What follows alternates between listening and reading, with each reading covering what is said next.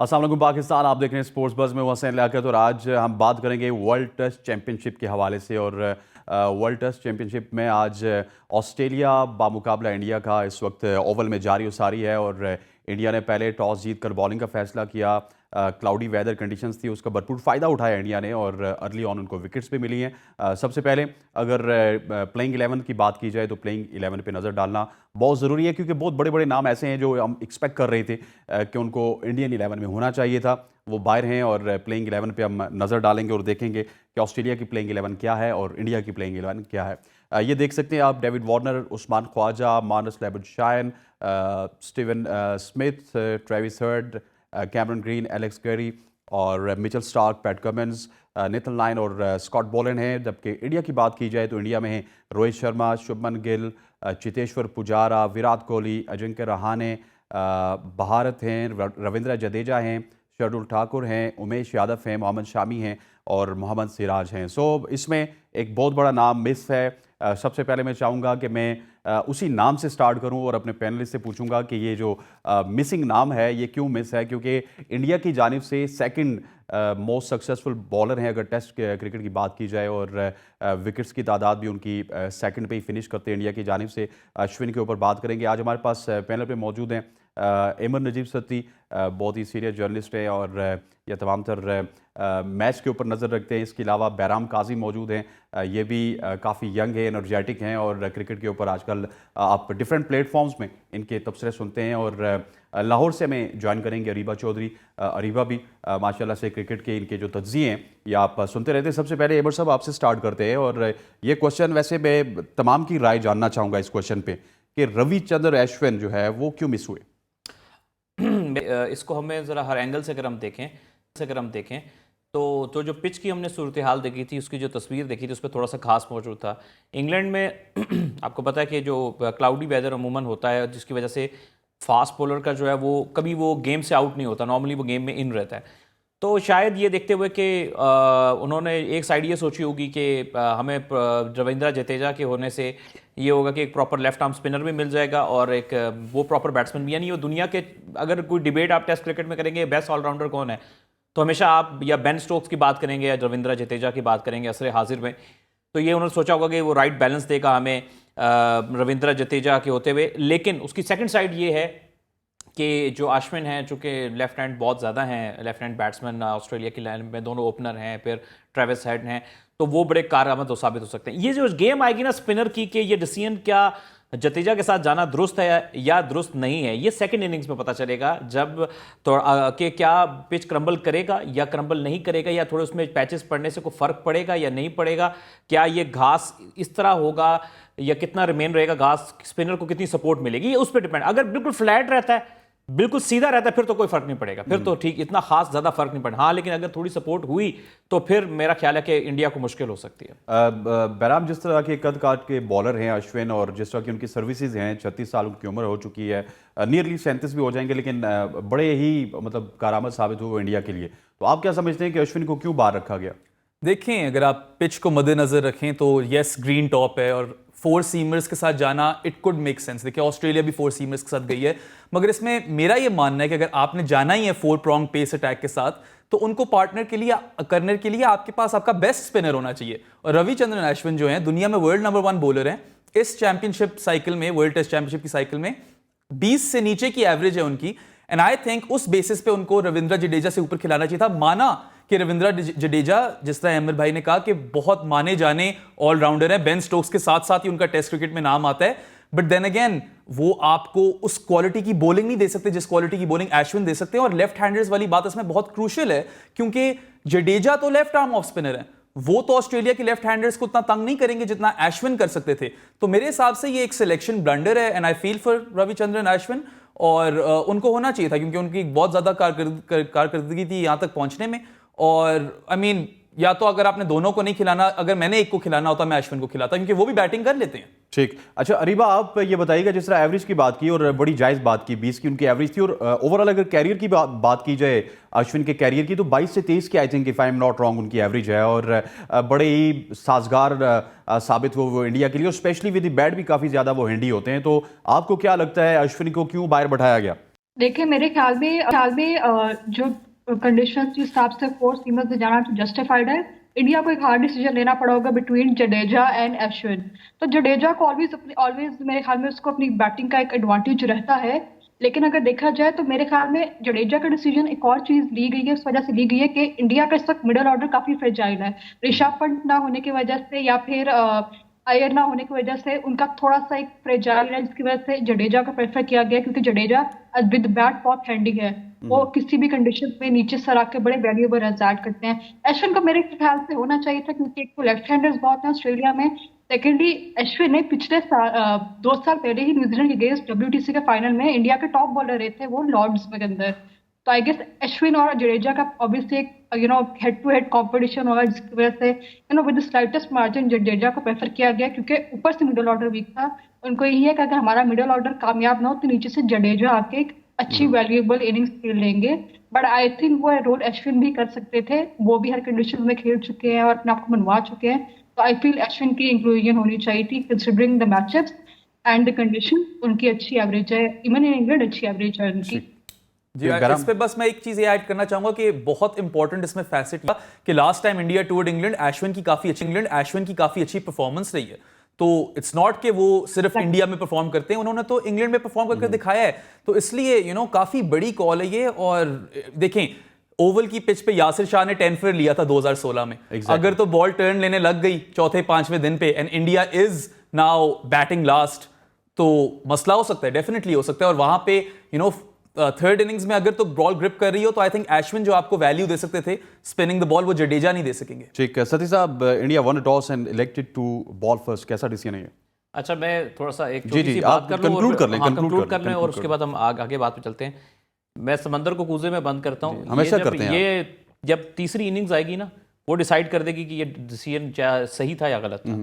कि ब्रेक होना शुरू हो गया तो फिर अश्विन खतरनाक है। अगर बिल्कुल फ्लैटर ट्रेजेक्टरी रहती है ना, जैसे अगर ग्रीन रहता है विकेट और कंडीशंस ऐसी होती हैं कि बॉल ब्रेक नहीं कर रहा, फिर तो इतना ज्यादा फर्क वैसे नहीं भी जिस तरह की ओवल की कंडीशंस है, आपको पता है कि अर्ली ऑन ये वहां pitch पे to pitch सीमा में depend नजर करता आता है, क्योंकि सीमा में नजर आता है, उसके एक बाद स्टेडियम जाके में 6 से 7 या मल्टीपल पिचेस होती हैं, तो डिपेंड करता है कौन सा स्ट्रिप यूज हो रहा है ऑन द गिवन डे, कौन सा पिच इस्तेमाल हो रहा है। तो ये बड़ा फैक्टर है। तो ये तो गेम हमें खुद डिक्टेट करेगा। अगर स्पिन होना शुरू हो गया तो फिर तो डेफिनेटली अश्विन को मिस किया जाएगा। अगर बिल्कुल ही फ्लैट रहता है और स्पिनर का खास रोल नहीं रहता इस टेस्ट मैच में, तो फिर मेरा ख्याल है कि इतना ज्यादा डिफरेंस नहीं रहेगा। बहरहाल आप मिस करें ना करें अश्विन, मुझे लगता है कि नेक्स्ट चैंपियंस जो ये टेस्ट चैंपियनशिप है, अगर इंडिया क्वालिफाई नहीं करते तो वो मिस कर जाएंगे सारी जिंदगी के लिए। लेट्स सी, देखें वो देखते हैं फिर किस तरह मामला चलते हैं। बाकी जो आप बॉलिंग फर्स्ट वाले कह रहे हैं, क्योंकि हमें ग्रास में नजर आ रहा था और क्लाउडी वेदर भी था, तो मेरा ख्याल है कि ज़्यादातर लोग जो हैं वो यही करते हैं कि वो टॉस जीत के पहले बॉलिंग का, जो स्पेशली फ्रेश विकेट होता है बिल्कुल जिसमें मॉइस्चर होता है, तो उसको एक्सप्लॉइट करने के लिए ये बेस्ट ही डिसीजन था कि उन्होंने बॉलिंग का फैसला किया। और बड़ी अच्छी बॉलिंग किया। अब मैं थोड़ी सा डिस्कशन करना चाहूँगा जो पहला विकेट लिया उस्मान ख्वाजा का। प्लानिंग बहुत अच्छी थी कि उस्मान ख्वाजा को ओवर द विकेट और जो डेविड वार्नर है उसको round the wicket. Usman Khawaja जो है उनका अगर आप स्टांस देखें तो उस्मान ख्वाजा स्टिल रहते हैं, थोड़ी सी बॉडी ओपन करते हैं, ठीक है, ओपन बॉडी करते हैं, स्टिल रहते हैं और वो उनका स्ट्राइड नहीं निकालते, अपना फ्रंट फुट पे नहीं आते, वो खड़े खड़े खेलते हैं, ये उनका स्टाइल है। कुछ बैट्समैन होते हैं वो स्ट्राइड निकालते हैं, कुछ बैट्समैन होते हैं वो खड़े खड़े खेलते हैं, लेकिन जिस गेंद पे वो आउट हुए वो ऑलमोस्ट कहीं आप कहते हैं मिड ऑफ स्टंप के पास पड़ा और वो सीम अवे हो गया लास्ट मोमेंट पे। उस्मान ख्वाजा अपने उस स्टांस की वजह से, उनकी वर्किंग बहुत अच्छी थी इंडिया की या शार्दुल ठाकुर की, कि वहां से गेंद बाहर निकला और अपने वो ओपन स्टांस की वजह से उन्होंने जस्ट हैंग राउंड किया बैट और वो स्निक हो गया। और अच्छी बात ये इंडिया के लिए कि जो लंच से थोड़ी देर पहले जो उनको की विकेट डेविड वार्नर का मिला, जो that was a huge wicket, attack कर रहे थे डेविड वार्नर, और उनको पता था कि इंग्लैंड की कंडीशंस ऐसी हैं, कोई भी मोमेंट में एक अच्छा गेंद पड़ेगा, चाहे सीम होगा, स्विंग होगा, मेरा विकेट निकल जाएगा। इसलिए बेहतर ये है कि जितनी देर भी रहो शॉट्स खेलते रहो, ताकि अगर आप आउट हो गए तो आपके बिहाफ पे कोई रन्स लगे हुए होंगे। तो वो उन्होंने अच्छा किया, आउट हो गए लंच से पहले, लेकिन कुछ ना कुछ कंट्रीब्यूट करके गए। लेकिन इंडिया को मैं कहूंगा स्लाइटली एज हो गया पहले सेशन में, जो बिल्कुल लास्ट मोमेंट्स में उनको डेविड एग्जैक्टली। अच्छा बहरहाल, अगर लेट्स सपोज ऑस्ट्रेलिया टॉस जीतता तो वो भी बॉलिंग करते, लेकिन मैं समझता हूँ कि ऑस्ट्रेलिया शायद इस पिच पे, जिस तरह का पिच का बिहेवियर था, आप देख लें, माइंड में थोड़ा सा रख लें मिचेल स्टार्क को, तो वो ज्यादा शायद यूटिलाइजेशन कर लेते। देखें, जिस तरह की पिच की सूरत हाल थी, काफ़ी ज़्यादा ग्रीन टॉप था। इसमें जो एक फैक्टर है ना जिसको हमें डेफिनेटली एनालाइज करना पड़ेगा, इसके जून के महीने में ओवल ने कभी टेस्ट मैच होस्ट ही नहीं किया हुआ, फर्स्ट टाइम इन हिस्ट्री ये हो रहा है। और काफ़ी अननोन्स आ जाते हैं इसकी वजह से, वी डोंट नो एग्जैक्टली कि पिच किस तरह आगे जाकर बिहेव करेगी। क्योंकि इंग्लैंड में टाइम ऑफ द ईयर के हिसाब से पिच का बिहेवियर खासा फर्क होता है। अगर आप देखें जब पाकिस्तान टूर करता है इंग्लैंड को मई में, तो मोहम्मद अब्बास ने कैसी तूफान मचा दिया था वहां पे। सो डेफिनेटली मेरे ख्याल से ball first was the right decision given the time of the year और जो पिच की सूरत हाल थी। और अगर आप देखें पहले सेशन के अंदर इंडिया ने काफी अच्छी बॉलिंग कराई है, सिराज और शामी दोनों को शेप भी मिली है, बाउंस भी मिला है। और सिराज के अगेन अमर भाई ने जो बात की है ना, ओवर द विकेट जो ख्वाजा के खिलाफ प्लान्स थे बिल्कुल ऑन पॉइंट थे। मेरे तो हिसाब से वार्नर के खिलाफ भी सवाए उमेश यादव के सबने अच्छी बॉलिंग कराई है। बहुत ज्यादा विड्थ दे दी, बहुत ज्यादा रूम दे दिया उमेश यादव ने, वहां पे वार्नर ने कैपिटलाइज कर दिया। अनलकी रहे उस तरह down the leg side out होना, is always an unlucky dismissal. But मेरे ख्याल से कि ये 3 विकेट सेशन होना चाहिए था इंडिया के लिए, और उसमें जो ऑस्ट्रेलिया ने सिर्फ 2 विकेट्स गिराई हैं उसकी वजह से इंडिया को मेरे हिसाब से कोई क्लियर एडवांटेज इस वक्त मेरे ख्याल से इवन स्टीवन से मैच फंसा हुआ है। और अगर तो ये सिर्फ 1 विकेट गिरती तो डेफिनेटली ऑस्ट्रेलिया का एडवांटेज होता है यहाँ पे। अब देखना ये होगा कि पहली इनिंग्स में ऑस्ट्रेलिया कितने रन्स कर सकते हैं, क्योंकि ग्रेजुअली ये पिच बेहतर हो जाएगी बैटिंग करने के लिए, जिस तरह कि हमने ओवल में देखा है। यूनुस खान ने 2016 में 218 मारा था, असद शफीक ने भी 100 लगाया था। यहां पे बैटिंग हो सकती है। बहरहाल आपसे और तमाम तर पैनलिस्ट से डिस्कशन कर सकते, अरीबा से पूछेंगे मोहम्मद सिराज और मोहम्मद शामी की बॉलिंग के हवाले से। यहाँ पर वक्त हुआ जाता है एक छोटी सी ब्रेक का। Stay with us. Welcome back to show. अब हम बात करेंगे ऑस्ट्रेलियन बैटिंग के हवाले से। अभी अभी खबर ये आई है कि लेबिशाइन जो है वो आउट हो चुके हैं, और एक दफ़ा फिर मोहम्मद शामी के ऊपर हमने बात करनी थी अरीबा से। तो स्ट्रेट अवे अरीबा आपकी तरफ आते हैं। मोहम्मद शामी और सिराज ने बहुत ही ज़बरदस्त बॉलिंग स्पेल किया इंडिया की जानिब से, और एक दफ़ा फिर जब लंच के आए तो उन्होंने बहुत ही ज़बरदस्त तरीके से आउट किया है मार्नस लेबिशाइन को। आप क्या कहेंगे इस हवाले से? देखा जाए तो शामी और सिराज ने बड़ी जबरदस्त बॉलिंग की है। स्पेशली अगर आप न्यू बॉल के साथ देखें तो वार्नर को बहुत टफ टाइम मिल रहा था शुरू के 2-3 ओवर्स में, क्योंकि शमी उनको कभी शॉर्ट में बॉलिंग कर रहे थे, कभी वो थोड़ा अवे करके। और आप देखें तो ख्वाजा की विकेट भी सिराज ने थोड़ा अवे करके ली, जहाँ पे उनको एज मिला। तो आप देखें कि ये कंडीशंस में किसी क्वालिटी बॉलर को हमेशा एक मदद मिलती है और वो हमेशा अच्छा परफॉर्म करते हैं। सिराज और शमी ने पिछले 2 साल में इंडिया के बहुत कुछ उनको दिया है, उनको बहुत ज़्यादा एक एडवांटेज भी रहा है इनको अपनी कंडीशंस का, और उन्होंने यूटिलाइज प्रॉपर्ली किया है। ओवरकास्ट कंडीशंस आप देखें टॉप 3 वो ले चुके हैं। ऑस्ट्रेलिया की टेस्ट टीम में अगर आप उनकी होम सीजन को फॉलो करें तो उनके टॉप 3 उनकी स्ट्रेंथ रहती है, और अभी आप उनके एक फाइनल है जो कि अवे हो रहा है, और वहां पे अगर कोई टॉप 3 की विद इन 70 रन या 73 रन में विकेट ले रहा है तो एक बहुत बड़ी बात है। यहाँ पे इंडिया को स्लाइटली एज ऊपर मिल चुका है। नाउ लेट्स सी कि स्टीव स्मिथ कैसे करते हैं, क्योंकि आप देखें स्टीव स्मिथ भी ना थोड़ा काउंटर अटैक कर रहे हैं। वो प्रेशर को दूसरी तरफ डाइवर्ट करने की कोशिश कर रहे हैं, आपके साथ जरा थोड़े गैप्स में 4 लगाए हैं। तो शामी और सिराज ने वैसे बहुत जबरदस्त बॉलिंग की न्यू बॉल के साथ, उन्होंने वेरिएशंस ट्राई की हैं, कभी स्लॉट में बॉलिंग की है, कभी फुल लेंथ, कभी अवे में जाकर। अच्छा एमर ये बताइएगा कि ब्रेक में थे कि शामी के ऊपर आपने भी बात करनी है कि the best seam bowler world right now. जी मेरा ख्याल है कि ओवरऑल अगर आप इस वक्त दुनिया में टॉप 3 जो बेस्ट न्यू बॉल बॉलर्स उसमें इजीली शामी आते हैं, और सीम प्रेजेंटेशन में मेरा ख्याल है कि इस वक्त जो करंट क्रिकेटर्स हैं मेरी ज़ाती राय के मुताबिक शामी बेस्ट हैं। आप उनकी कभी सीम प्रेजेंटेशन देखें जब वो ड्रिबल करते हैं, बड़ी ज़बरदस्त उनकी जो पोजीशनिंग होती है ऑफ द सीम होती है, और वो बहुत ही जेन्युइन न्यू बॉल बॉलर है। और ये जो हम सिराज और शामी की बात कर रहे हैं ना, देखिए ये इनके सिस्टम से प्रॉपर ग्रूम होकर आए। ऐसा नहीं हुआ कि एक लड़का आया उसने कोई आधा सीजन खेला और उन्होंने कहा होगा बाजी वाह ये नेक्स्ट सुपरस्टार मिल गया, ले आओ भाई इसको इंटरनेशनल का। ऐसा नहीं हुआ। सिराज ने भी अच्छी डोमेस्टिक क्रिकेट खेली, वहां पे एक रैंक्स बनाए अपने। शामी ने भी अच्छी खासी खेली, उसके बाद वो आए और बहुत ही ज़बरदस्त, इवन ऑस्ट्रेलिया में जाके सिराज ने बहुत अच्छा परफॉर्म किया था। तो ये सीजन बॉलर, उनको पता है उनकी लेंथ्स क्या है। अब आप देखिए वार्नर का विकेट पहले नहीं मिला, लेकिन जो उनकी जो प्लानिंग थी वो बिल्कुल अप टू द मार्क थी, क्योंकि वार्नर जब लास्ट टाइम एशेज में आए थे इंग्लैंड खेलने, तो ब्रॉड ने उनको उसी तरह राउंड द विकेट आके बहुत तंग किया था। शामी ने भी बहुत डिस्टर्ब किया उनको शुरू के ओवर्स में, बॉल पड़ के जब सीम लगकर इधर हुआ या ज़्यादातर अंदर आता रहा उनको, तो वार्नर बहुत अनकंफर्टेबल हुए। 1-2 शॉट भी सर्वाइव किए उन्होंने। तो प्लानिंग 10/10, स्पेशली जो सिराज और शामी की बॉलिंग थी वो बहुत ज़बरदस्त थी। ये प्लानिंग होती है, वार्नर भी बना कर आए थे प्लान को, पता है कि यार मुझे किसी वक्त भी कोई अच्छा गेंद पड़ सकता है, इंग्लैंड की कंडीशन ऐसी है, इसलिए उन्होंने अपने शॉट फॉर द वैल्यू, उन्होंने अपने शॉट्स पर गए, यार शॉट नहीं रोकने, अपने शॉट मारने। लेकिन ओवरऑल मेरा ख्याल है कि ये जो इंडिया की बॉलिंग है ना, ये टेस्ट क्रिकेट में बहुत आउटस्टैंडिंग है। एक मिसिंग लिंक है सिर्फ, इनको बदकिस्मती से अब तक कोई बहुत outstanding left arm fast bowler नहीं मिला। अगर इनके पास इसी लाइनअप में कोई तगड़ा जैसे शाहीन अफरीदी इस तरह का लेफ्ट आर्म फास्ट बॉलर आ जाए तो वो मिसिंग लिंक भी फेल हो जाएगा। अच्छा सर ये बताइएगा कि जिस तरह हम देखते हैं कि टेस्ट क्रिकेट काफ़ी ज़्यादा चेंज हो रही है और इसको चेंज करने में इंग्लैंड का एक बहुत बड़ा हाथ है। आपने देखा होगा बड़ी पिटाई की थी उन्होंने पाकिस्तान में, लेकिन ऑस्ट्रेलिया को जब भी देखते हैं ना तो ऑस्ट्रेलिया स्लोली बिल्ड करता है और ऑस्ट्रेलिया ने वो वाली ब्रांड ऑफ क्रिकेट अभी तक स्टार्ट नहीं की जो इंग्लैंड कर रहा है, लेकिन एकदम से जब वो बिल्ड करते हैं अपनी इनिंग्स को तो डेंजरस हो जाते हैं। देखें, अगर तो आप लेट 90s और अर्ली 2000s पे जाएं तो ऑस्ट्रेलिया ने बदली थी टेस्ट क्रिकेट। वो 4 पे जाना शुरू हुए थे जब दुनिया 3 या 2.5 पे ही चल रही थी। तेज खेलना ओरिजिनली तो उन्होंने शुरू किया था, इंग्लैंड उसको बस नेक्स्ट लेवल पे ले गया। मगर बात शामी की हो रही थी ना, तो मेरे ख्याल से एक जो यूनिक सेलिंग पॉइंट है ना उनका, वो उनकी रिस्ट पोजीशन है, उसकी वजह से उनकी सीम प्रेजेंटेशन है। और अगर आप नोट करें, अब हमने डिसमिसल तो देखा नहीं है लाबुशेन को जो बोल्ड किया है, but based on what I read on Cricinfo वो यही बता रहे थे कि फुलर लेंथ डिलीवरी थी सीम अप, ठीक है। और मैं जब तक मैच देख रहा था तब तक जो मार्नस लाबुशेन थे वो अपनी क्रीज से बाहर बैटिंग कर रहे थे। ये एक ऐसा फिनोमेना है जिसको जैरेड किम्बर जो जर्नलिस्ट है उन्होंने कहा है the Bazball shuffle. Bazball जो है इंग्लैंड की, उसमें 5 ऐसे खिलाड़ी हैं जो अपनी क्रीज से बाहर खेलने लगे हैं फास्ट बॉलर्स को। न्यूजीलैंड के खिलाफ जब ऐसा हुआ अभी पीछे बेसन रिजर्व में, तो कीपर भी आगे आ गए फास्ट बॉलर्स पे। फास्ट मतलब कि अंडर 90 माइल्स पर आवर वाले। आज भी हमने ये होते हुए देखा, जब लाबुशेन क्रीज से बाहर बैटिंग कर रहे थे तो शार्दुल ठाकुर पे केएस भारत आगे आ गए। तो अब मुझे ये नहीं पता कि शामी ने जब उनको बोल्ड किए क्या वो आगे थे क्या वो नहीं थे, मगर उनके आगे होने से एक ये फायदा जरूर हुआ कि एलबीडब्ल्यू से बच गए वो 2 दफा। एक दफा तो आउट दिए जा सकते थे, ही गॉट लकी।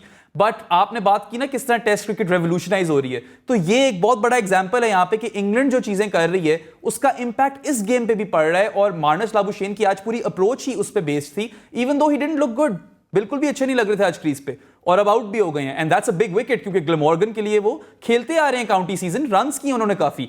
3 ही ऐसे प्लेयर्स हैं इस टेस्ट चैंपियनशिप फाइनल में जो इंग्लैंड में काउंटी खेल रहे थे, Steve Smith, Marnus Labuschagne, Cheteshwar Pujara. So in the context of the game ये इंडिया के लिए बहुत बड़ी विकेट है, मगर अब वक्त के साथ देखना पड़ेगा कि क्या वो कैपिटलाइज कर सकते हैं इस सिचुएशन पे या नहीं। अच्छा, एक छोटी सी एक बात करूंगा इसमें, बात करूंगा ये जो स्ट्रैटेजी है ना, मैं इसको थोड़ा पाकिस्तान के सिनेरियो से भी लिंक कर लेता हूं। चलो, वर्ल्ड टेस्ट चैंपियनशिप चल रही है माफ कीजिएगा, उसमें यह है कि जब प्लेयर क्रीज से बाहर निकलता है ना, तो ये मतलब ये अप्रोच बड़ी एक आजमाई भी अप्रोच है कि यार ये जब आप क्रीज से बाहर, इवन क्लब क्रिकेट में भी आप देखते हैं कि यार जब को गेंद हिल रहा होता है ना, कहते हैं स्विंग को कवर करो, सीम को कवर करो, थोड़ा क्रीज से बाहर निकल के आ जाओ, स्ट्राइड बड़ा निकालो ताकि इसकी तुम सीम या स्विंग को कवर करो।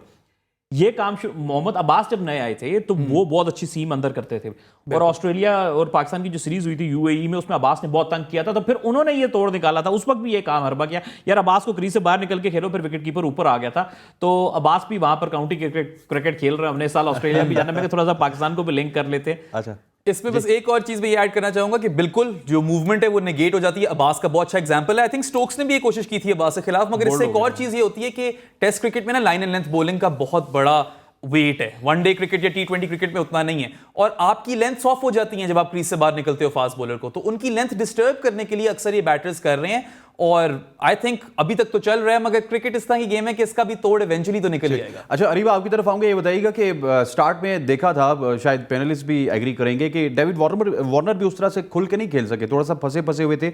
After the departure of Khawaja उन्होंने थोड़ा सा फिर जो है ना इनिंग्स को लीड किया, तो इसकी वजह क्या थी? इंडियन बॉलिंग बहुत ही आउटस्टैंडिंग थी। देखिए, 2 चीजें, एक तो इंडियन बॉलिंग बहुत आउटस्टैंडिंग थी, उन्होंने कंडीशंस की, ओवरकास्ट कंडीशंस थी, ऊपर से उनको सीम भी मिल रही थी, सीम मूवमेंट भी मिल रही थी और स्विंग भी हो रही थी न्यू बॉल के साथ।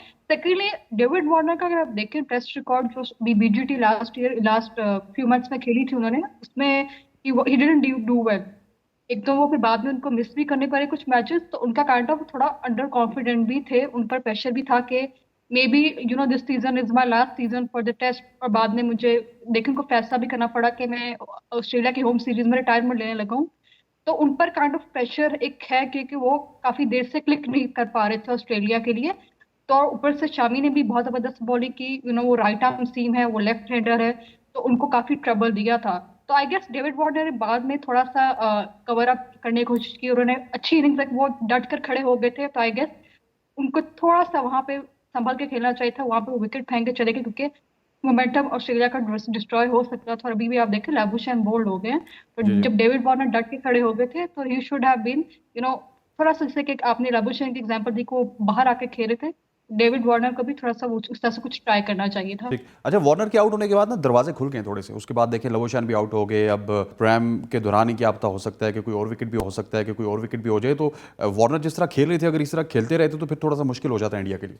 देखिए इंग्लैंड की जो जिस तरह का पिच है ना, उसमें मुश्किल है कि कोई प्लेयर ज़्यादा देर तक, ये नहीं कहता कि नहीं कर सकता, ऐसा पॉसिबिलिटी नहीं है, लेकिन ये कि मुश्किल है थोड़ा सा, ये कि अगेन फिर जब घास होता है तो किसी भी कोई बॉल पड़ के ज़्यादा मिसबिहेव कर जाता है, ज़्यादा सीम हो जाता है, अच्छी जगह से सीम हो जाता है, कुछ सीधे रह जाते हैं, कुछ सीम हो जाते हैं, तो मुश्किल हो जाता है एज अ बैट्समैन सर्वाइव करना। फिर आपकी टेक्निक, आपका वो कहते हैं कि आप सॉफ्ट हैंड से खेलें, लेट खेलें, जो टेस्ट क्रिकेट में बताया जाता है। स्टीव स्मिथ टेक्निकली बहुत अच्छे बैट्समैन हैं। अभी रिसेंटली हमने काउंटी क्रिकेट में देखा कि वो लेग बिफोर आउट होते रहे हैं, तो इंडिया ने डेफिनेटली वो भी प्लानिंग की होगी कि यार इनको ट्रैप करना है पैड्स पे। स्टीव स्मिथ बहुत ज़बरदस्त है, लेकिन जो अब देखिए ना, लबुशेन जो हैं वो उनका स्टाइल डिफरेंट है, वो थोड़ा थोड़ा बैलेंस खेलते हैं, मिलेगा तो मारेंगे, नहीं तो छोड़ देंगे। वार्नर एग्रेसिव हैं, उनकी नेचुरल गेम है कि वो खेलते हैं, टाइम मिला तो उन्होंने मारना शुरू कर दिया। अब स्टीव स्मिथ जो हैं वो भी थोड़ा बैलेंस है, मिलेगा तो मारेंगे, मोड चेंज कर सकते हैं। लेकिन जो अब ट्रेविस हेड आए हैं, उनका स्टाइल है कि वो एग्रेसिव खेलते हैं, वो ज़्यादा देर तक खामोश नहीं रहते, वो अपने स्ट्रोक्स पे जाएंगे। जो प्लेयर स्ट्रोक्स पे जाता है, रन रेट भी तेज रहता है, उसको विकेट गिरने का चांस भी रहता है। लेकिन एक बात जो बहुत अच्छी है इंग्लैंड की भी, ऑस्ट्रेलियन प्लेयर की, अपनी नेचुरल गेम नहीं छोड़ते। अगर मैं एग्रेसिव हूं, गेंद हिल रहा है वो अपनी जगह, लेकिन मैं अपनी नेचुरल गेम को नहीं छोड़ूंगा, मैं अपनी नेचुरल गेम को बैक करूंगा, क्योंकि वही बेस्ट वे होता है किसी भी इंडिविजुअल प्लेयर के लिए सर्वाइव करने के लिए। मेरा ख्याल है स्टीव स्मिथ का बहुत की विकेट होगा। अगर वो रुक गए तो उनको ये आर्ट आता है कि वो पार्टनरशिप भी डेवलप करते हैं, इवन बल्कि अगर वो लंबा चले जाए तो वो टेल को भी अपने साथ संभाव लेके अच्छी पार्टनरशिप छोटी छोटी बना लेते हैं। तो वो मेरा ख्याल है कि इस वक्त इंडिया के लिए की विकेट होगी। ठीक। अच्छा, इंडिया की जो बॉलिंग थी, जिसको देखा जाए शामी और सिराज के ऊपर तो हमने बात कर ली, लेकिन उसके बाद आप देखें उमेश यादव आए, उमेश यादव को भी रन्स लगे और ठाकुर को ठीक है विकेट्स मिले, लेकिन वो जो गिरफ्त थी इंडिया की बड़ी मजबूत, वो ख़त्म होती हुई नजर आई। तो कहीं ना कहीं पे बैक एंड के बॉलर्स को कंट्रोल करना स्टार्ट कर दिया था ऑस्ट्रेलिया ने।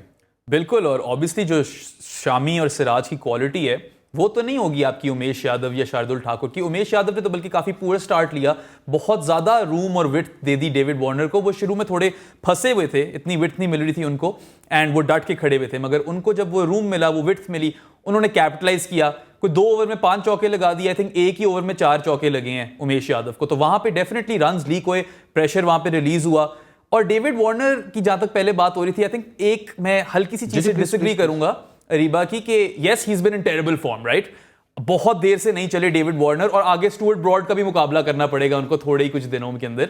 बट ये फैसला करके कि अब उनका आखिरी सीजन चल रहा है और होम सीजन के, और या जो पाकिस्तान के खिलाफ सीरीज है वो उनकी SCG टेस्ट लास्ट होगा, आई थिंक इससे प्रेशर बढ़ता नहीं है, प्रेशर रिलीज हो जाता है। Now he has nothing to lose. और प्रेशर वैसे तो जनरली काफी है वर्ल्ड टेस्ट चैंपियनशिप फाइनल का, मगर आई थिंक दिमाग उनका ज्यादा क्लियर हो गया होगा, जिसकी वजह से आज जब उन्होंने फिर लगाना शुरू किया तो लगाते रहे। हाँ, एक इनने बड़ी अच्छी बात यह की कि अगर डेविड वार्नर भी आगे आ जाते क्रीज से शार्दुल के खिलाफ, तो वो पीछे जो कैच हुआ है वो चौका हो जाता, क्योंकि कीपर आगे आया होता। So that's actually a very good observation. But ultimately I think देखें, ऑस्ट्रेलिया के पास अभी बहुत चांस है गेम में वापस आने का। Labuschagne is a big wicket, world number 1, कुछ बहुत ज्यादा एवरेज भी है उनकी, खेलते भी नहीं है इंग्लैंड में, मगर Steve Smith is the big fish, इसके अंदर कोई दो राय ही नहीं है। देखिए, ब्रैडमैन के बाद सबसे ज्यादा बैटिंग एवरेज ही टेस्ट क्रिकेट में स्टीव स्मिथ की है। कोई थोड़े टेस्ट नहीं खेले, वो बहुत टेस्ट खेले हैं, अभी भी खेलते आ रहे थे ससेक्स में चितेश्वर पुजारा के साथ, और LBW आउट होते रहे होंगे, मगर एक 80 ऑड स्कोर लगा भी दिया था, उससे उनको बहुत कॉन्फिडेंस मिला होगा। और उनकी बैटिंग की जो खास बात है ना, उनका भी शफल है, वो बहुत ट्विची बैट्समैन है, वो अपने आप को पोजीशन इस तरह कर लेते हैं कि उनकी शॉट लग जाती है। If he can keep doing that, runs तो आते रहेंगे ऑस्ट्रेलिया के, और ट्रेविस हेड को देखकर तो बहुत मजा आता है। अच्छा, आपने वार्नर की बात की तो एक जोक भी याद आ रहा है कि उन्होंने जो रिटायरमेंट का ऐलान किया, मेरे ख्याल है पाकिस्तान की सीरीज के दौरान करेंगे, जो दिसंबर और जनवरी में। क्या पाकिस्तान को इसी वजह से किया गया कि यहाँ पे उनको कोई ना कोई लिवरेज मिल सकता है? क्योंकि पाकिस्तान, मेरे ख्याल है कई सीरीज हो गई हैं, कल शायद आशिफ साहब भी बात कर रहे थे कि वहां पे जाके जीत नहीं सका ऑस्ट्रेलिया में, तो उनको पता है कि इनको तो हम मार लेंगे। देखिए, 300 भी मारा था वार्नर ने पाकिस्तान को, ये भी आप याद रखें, और कोई पता नहीं कि एक सेशन के अंदर ही 100 मार दें। बट तब पाकिस्तान के बॉलर्स यंग थे, नसीम और शाहीन का पहला टूर था, डेब्यूटेंट थे वो, अब वो ज्यादा सीजन्ड हैं, ज्यादा एक्सपीरियंस्ड हैं। Yes, Australia is definitely at advantage versus Pakistan, और किसी खिलाफ भी, शायद इंडिया के अलावा हर किसी के खिलाफ एडवांटेज पे ही होते हैं वो अपने घर पे। मगर आई थिंक डेविड वार्नर का जो फैसला है वो इसके इर्द गिर्द होगा कि वो SCG पे खेल सके, सिडनी में अपना आखिरी टेस्ट खेल सके अपने होम क्राउड के सामने, और उनका रिकॉर्ड भी काफी शानदार है वहां पे। तो आई थिंक पाकिस्तान से कम रिलेटेड होगा वो, और सिडनी पे गेम को खुदाफिज कहना, या वेल इस्तकबाल क्या कहते हैं उस चीज को? जी इस्तकबाल ही कहते हैं, अलविदा कहना, वो शायद चाहते हैं वहां पे। अच्छा सर, अच्छा मैं अरीबा आपकी तरफ आऊंगा, उमेश यादव की बताइएगा। उमेश यादव तमाम तर बॉलर्स में से मुझे सिर्फ उमेश यादव वो बॉलर लगे हैं जिनको रन्स लगे हैं, और इनकी इकोनॉमी भी थोड़ी सी वरिंग साइन था इंडिया के लिए। अदरवाइज 2 की इकोनॉमी से, 2.66 की इकोनॉमी से, या इस तरह की इकोनॉमी से तमाम तर बॉलर्स बॉलिंग कर रहे थे, लेकिन उमेश यादव वीकलिंग लग रहे हैं इस वक्त मुझे।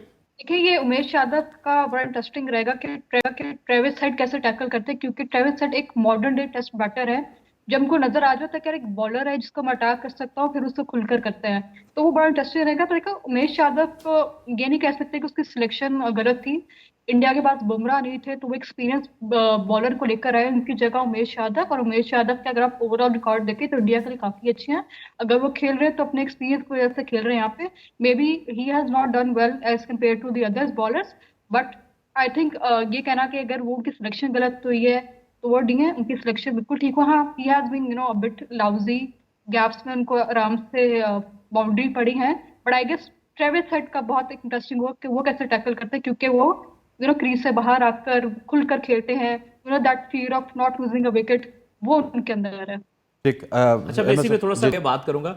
वैसे वो भी करना चाहते हैं, चल दोनों कर लें, करना चाहते हैं, चल दोनों कर लें। अच्छा, वो उमेश यादव जो हैं वो बेसिकली बॉलर ओवरऑल काफ़ी अच्छे बॉलर हैं। पुरानी मुंडी है। हाँ जी, परफॉर्मेंस काफ़ी बार दे चुके हैं, पेस भी अच्छा है, स्विंग करते हैं बेसिकली, ज़्यादा जो उनकी वजह शोहरत है। प्रॉब्लम यह है कि वो इंडिया की जो टेस्ट प्लेइंग 11 का रेगुलर पार्ट नहीं रहते, कभी इन होते हैं कभी आउट हो जाते हैं, क्योंकि वो हैं तो अच्छे लेकिन उतने कंसिस्टेंट नहीं है जिस तरह से सिराज आके कंसिस्टेंट हो गए या जितने मोहम्मद शामी कंसिस्टेंट हैं। लेकिन again test cricket session to session की गेम है, हो सकता है कि अभी उमेश यादव जो है पहले स्पेल उनका होगा, रिदम नहीं लगा होगा, जो whatever the reason is कि अच्छे बॉल ना कर सके, नेवर नो, हो सकता है एक बीच में स्पेल ऐसा करें कि 2-3 आउट कर जाएं, तो हमें देखना पड़ेगा। हाँ, पहला स्पेल उनका इतना अच्छा नहीं था, लेकिन हैव टू सी कि आगे उमेश यादव जो है वो किस तरह की बॉलिंग करते हैं। ठीक सर, देखिए आई थिंक सबने ये बात तो कर ली कि he is an experience bowler, miles under his legs, but I think Amar भाई की ये बात बिल्कुल ठीक रही है कि वो इन एंड आउट रहे हैं, हमेशा फ्रिंज प्लेयर रहे हैं इंडिया के लिए, कभी सेटल्ड स्क्वाड का हिस्सा नहीं रहे। वो स्क्वाड में वैसे ही हमेशा आ जाते हैं मगर प्लेइंग 11 में उस तरह हमेशा नहीं आ सकते। मेरे हिसाब से अगर आप मेरी जाती राय पूछे तो yes, Umesh Yadav deserves to be part of the squad, मगर जो एक एक्सपीरियंस्ड बॉलर इंडिया जिसका इस्तेमाल कर सकता था इस टेस्ट चैंपियनशिप फाइनल में, वो शायद ईशांत शर्मा थे। ईशांत शर्मा का अगर आप रिकॉर्ड देखें ना, it's a career of 2 halves. पहला उनका हाफ देखें करियर का तो बिल्कुल आप कहेंगे कि ये आगे खेले क्यों है टेस्ट मैचेस कोई। सेकंड हाफ देखेंगे ना तो उनकी एवरेज कोई 25-24 की है, बहुत ही शानदार एवरेज है, और उनकी वेरिएशंस भी काफी हैं, लाइन लेंथ पे बॉल अच्छी करते हैं। और दूसरी बात यह कि एक तो इंग्लैंड के अंदर जो है ना स्पेसिफिकली उनकी परफॉर्मेंसेस काफी अच्छी हैं। लॉर्ड्स के अंदर उन्होंने 7 फेयर लिया था इंग्लैंड के खिलाफ, ठीक है वो ओवल नहीं था, मगर पॉइंट इज कि अगर आपने किसी एक्सपीरियंस्ड खिलाड़ी के साथ ही जाना था तो मैं पर्सनली ईशांत शर्मा के साथ जाता over Umesh Yadav. But then again मैं इससे भी एग्री करता हूं कि टेस्ट क्रिकेट एक बहुत लंबा खेल होता है, सो ही कुड कम गुड। ठीक हो गया, डिस्कशन का सिलसिला जारी है। यहाँ पर ब्रेक के बाद वापस आएंगे तो इसको कंटिन्यू रखेंगे। Stay with us, welcome back to show. और अब अरीबा की तरफ चलेंगे। अरीबा, ये बताइएगा कि अब थोड़ा सा स्कोरिंग तेज कर दी है ऑस्ट्रेलिया ने, और क्या आप समझती हैं कि ऑस्ट्रेलिया अब उसकी नज़रें कितने टोटल पे होंगी कि कहाँ पे जाके वो आज के दिन ब्रेक? देखिए जो इंग्लैंड ऑस्ट्रेलिया की बात अच्छी होती है कि काउंटर अटैक करते हैं। जब इनका लगता है खदशा होता है कि यार एक कोलैप्स हो गया, हमारा इंपॉर्टेंट बैटर चला गया, तो वो डिफेंसिव नहीं होते, they don't play dot balls, वो काउंटर अटैक करते हैं। वो कहते हैं कि हम आपको अपने ऊपर डोमिनेट नहीं होने देंगे, उल्टा हम डोमिनेट होंगे, हमने प्रेशर नहीं लिया।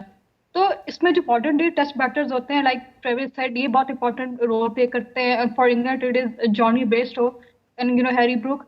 तो यहाँ पर आप देखें कि यही अच्छी बात है उनकी कि वो काउंटर अटैक कर रहे हैं, वो प्रेशर नहीं ले रहे। तो मेरे ख्याल में अगर टोटल की बात की जाए, I think around 250 or more than that will be a good total. It's Australia will have upper hand considering the conditions, green top है और overcast भी हो रहा है on and off. तो I think Australia will have an upper hand. और Steve Smith की अगर आप बात करें तो स्टीव स्मिथ की एवरेज आउटसाइड ऑस्ट्रेलिया 60 ही है। जो फैब फोर बना हुआ है इसमें स्टीव स्मिथ बहुत अंडर अप्रिशिएटेड एक बैट्समैन है, उनको हाइप मिलनी चाहिए। और वो एक कन्वेंशनल टेस्ट क्रिकेट खेलती है जिनको एक एंड पकड़ आता है, और आप देखो एक एंड पकड़ के बैठे हुए दूसरे एंड से ट्रेविस हेड है जो कि काउंटर अटैक करेंगे। तो that is a very good strategy from Australia. अच्छा, ये सतीश साहब मैं आपसे भी सवाल करूंगा, लेकिन एक सवाल मैंने रखा हुआ था वो रह गया है। डीआरएस रह गया है।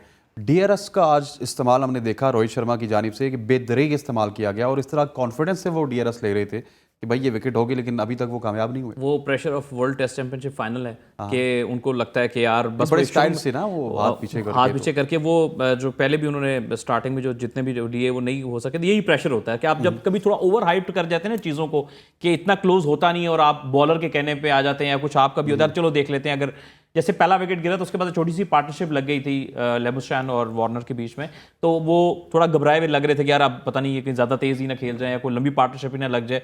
तो उस वक्त माफ कीजिएगा, उस सारी सिचुएशन में वो इस तरह से लगे। मैं एक छोटी सी बात करूंगा, इंडिया के पास गो के इस वक्त अच्छे फास्ट बॉलर आ चुके हैं, लेकिन इंडिया का वो चैंपियन फास्ट बॉलर वाला माइंडसेट नहीं है। मैं उसकी पता बात क्यों कर रहा हूं, शार्दुल ठाकुर ने से पहले इंग्लैंड में बेहतर परफॉर्म किया हुआ है, लेकिन वो कोई ऐसे बॉलर नहीं है कि हर रोज आपको बहुत ही कोई मतलब पेनिट्रेट कर देंगे अगली बैटिंग लाइनअप में।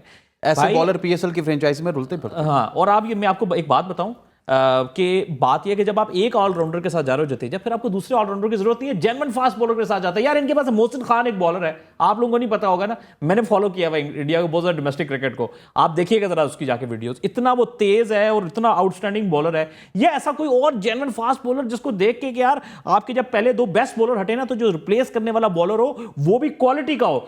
ऑस्ट्रेलिया क्या वेट कर रहा है, ये दो हटेंगे तो हम फिर थोड़ा प्रेशर हट जाएगा, अगले को हम टारगेट कर लेंगे।